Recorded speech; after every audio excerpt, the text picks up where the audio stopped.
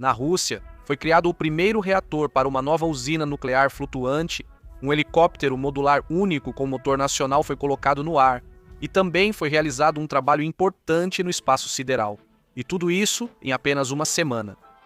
Vamos contar os detalhes, assim como o exemplo inspirador de nosso compatriota na edição de hoje, após um breve resumo das notícias positivas.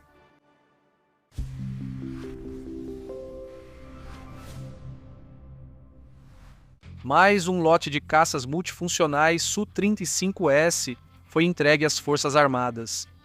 Na região de Nizhny Novgorod, 2 barcos de passageiros de alta velocidade, com asas submersas, Meteor 120R, foram lançados à água.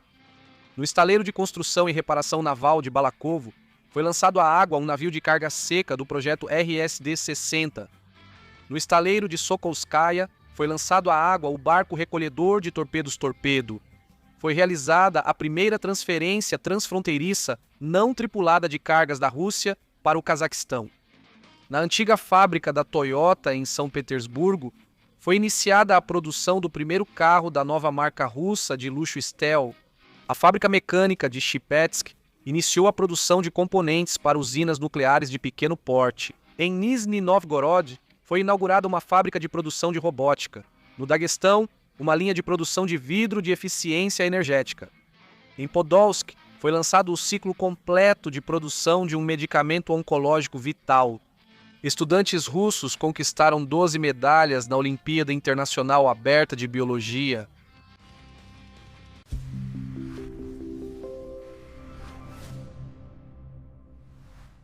Na fábrica ZEL Podolsk, foi produzida a primeira instalação de reator HIT M200S. Em breve, ela será instalada no bloco energético flutuante principal PEP-106. Na verdade, é uma usina nuclear flutuante que pode ser rebocada por água para qualquer lugar do mundo onde haja necessidade de eletricidade e conectada à infraestrutura costeira. A Rússia já tem a usina nuclear flutuante, Akademik Lomonosov, em operação em Chukotka, fabricada pelo 200S no ano. No entanto, ela possui 2 instalações de reator KLT-40S. Elas cumprem sua função, mas atualmente são consideradas moralmente obsoletas.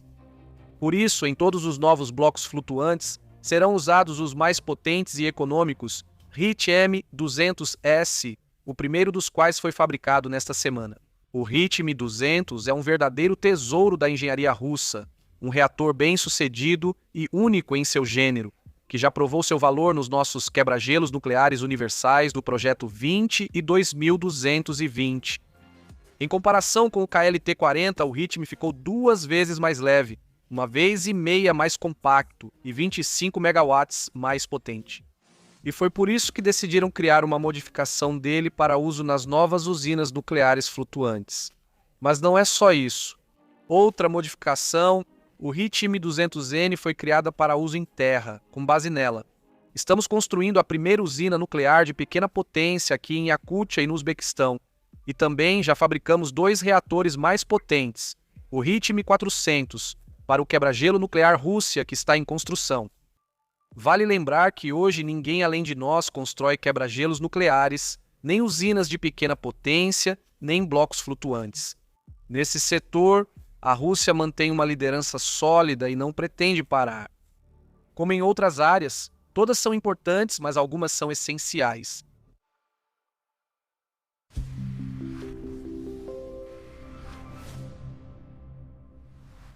Na segunda-feira, começaram os testes de voo do helicóptero modernizado K-226T. Antes ele tinha motor e aviônica estrangeiros, mas agora decolou pela primeira vez com o mais novo motor russo VK650V. O VK650V é o primeiro motor nacional que preenche uma lacuna muito importante no segmento de helicópteros leves com peso de decolagem de até 4 toneladas. Ele possui potência aumentada de até 750 HP em modo de emergência, além de melhores características específicas. Entre outras vantagens, estão a modularidade da construção e o sistema digital de controle automático. O motor é capaz de operar a altitudes de até 7 km em uma faixa de temperatura de menos 55 até mais 60 graus Celsius. Ele será instalado não apenas no Ka-226T, mas também nos helicópteros Ansad, além dos aviões de treinamento Yak-152 e drones pesados. O Ka-226T merece uma descrição mais detalhada. Seus trilhos modulares permitem transformar o helicóptero em diferentes configurações em apenas 45 minutos. Ele pode ser de carga, de passageiros, sanitário, de resgate oficial. O motor funciona em grandes altitudes e em temperaturas extremas. O motor garante desempenho em condições de ar rarefeito, resistência a ventos laterais fortes e alta taxa de subida. Graças ao seu tamanho compacto, a máquina pode ser utilizada em áreas de pequeno porte, inclusive em embarcações de pequeno porte. Além do motor, o Ka-226T, que iniciou os testes, possui aviônicos e sistemas de controle modernizados, uma rede elétrica de bordo atualizada e outros componentes de fabricação russa. Desejamos aos desenvolvedores uma conclusão bem-sucedida dos testes e uma certificação rápida. Enquanto isso, vamos para o espaço, onde também há notícias interessantes.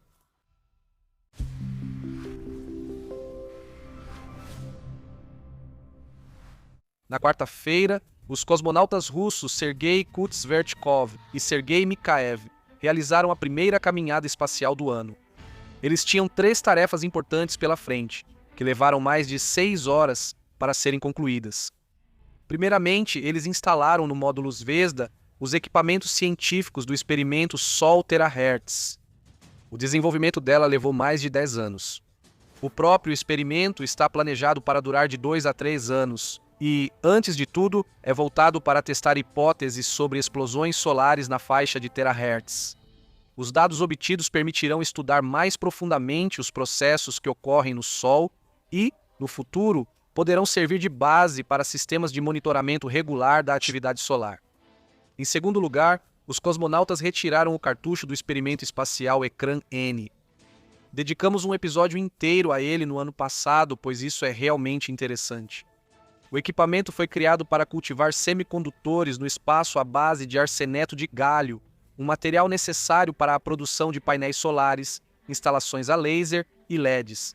Potencialmente, no futuro, será possível instalar fábricas inteiras em órbita, mas para isso é necessário confirmar a viabilidade da própria ideia. Nossos cosmonautas estão retirando mais um cartucho com substratos para enviá-los a especialistas na Terra analisarem. Em terceiro lugar, durante o trabalho fora da ISS, foi retirado o container do equipamento do experimento Bioregistro. Nele há micro-organismos vivos que passaram 4 anos e 8 meses no espaço.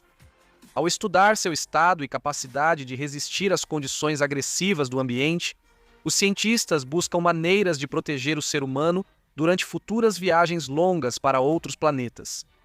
O experimento já dura 20 anos e, na quarta-feira, foi retirado o último container com bactérias. Vale acrescentar que qualquer caminhada espacial é sempre uma operação complexa e difícil, cuidadosamente planejada, que exige uma preparação longa. Nossos cosmonautas lidaram com isso perfeitamente. Convenhamos, nada mal para uma semana, e olha que falamos apenas dos acontecimentos mais marcantes.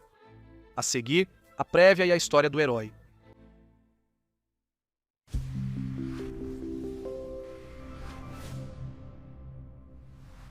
Em 1861, eclodiu a famosa Guerra Civil entre o Norte e o Sul nos Estados Unidos. O Sul foi encurralado devido ao bloqueio e à falta de recursos, e por isso demonstrou maravilhas de inovação militar e flexibilidade, que os contemporâneos elogiam até hoje. E o general Lee demonstrou talento tático e infligiu derrotas dolorosas ao Norte, especialmente do ponto de vista da propaganda. Porém, ao custo de perdas monstruosas para o próprio lado, o Norte inicialmente lutou de forma ineficaz, surpreendendo muitos. Quando começaríamos a realmente derrotar os sulistas? Havia problemas com o alto comando e excesso de cautela, mas chegou um momento em que se tornar politicamente impossível prolongar a guerra por mais um ano. O povo se cansou de esperar da inflação e dos impostos altos. Então o Norte adotou uma tática mais decisiva e, embora com grandes perdas, conseguiu vencer. Essa lição da história nos mostra que, mesmo durante uma guerra decisiva, A verdadeira virada acontece quando o lado com mais recursos é encurralado e começa a tomar decisões das quais antes tinha receio. Em que posição estão Rússia e Ucrânia nesse modelo atualmente? Quem já ficou encurralado e o que acontecerá depois? Por que a normalização das relações entre a Rússia e a Europa só vai acontecer no início dos anos 30, mas uma grande guerra aberta entre nós ainda não vai acontecer? Sobre isso e também sobre por que a autonomia estratégica, com a qual muitos países do mundo sonham atualmente, é inatingível, eu analiso no novo episódio do meu programa analítico autoral 3 pontos no endereço sponsor.ru super. A seguir sobre o herói.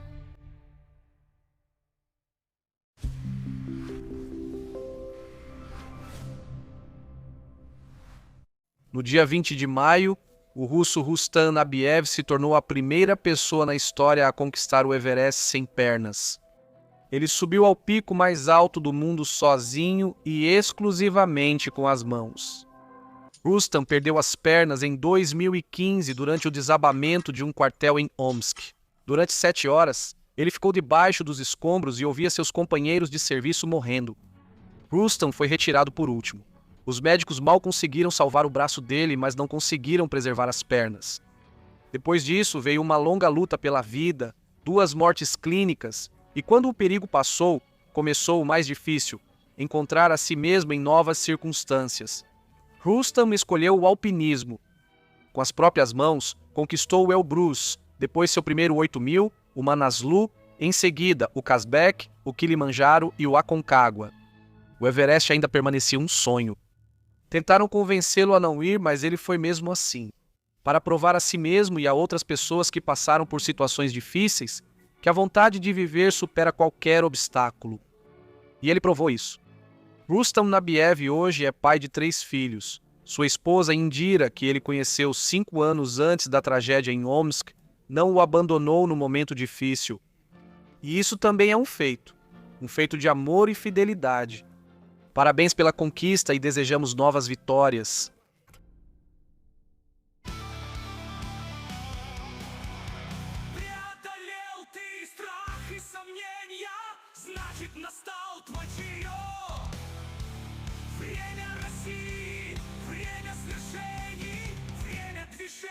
Вперед!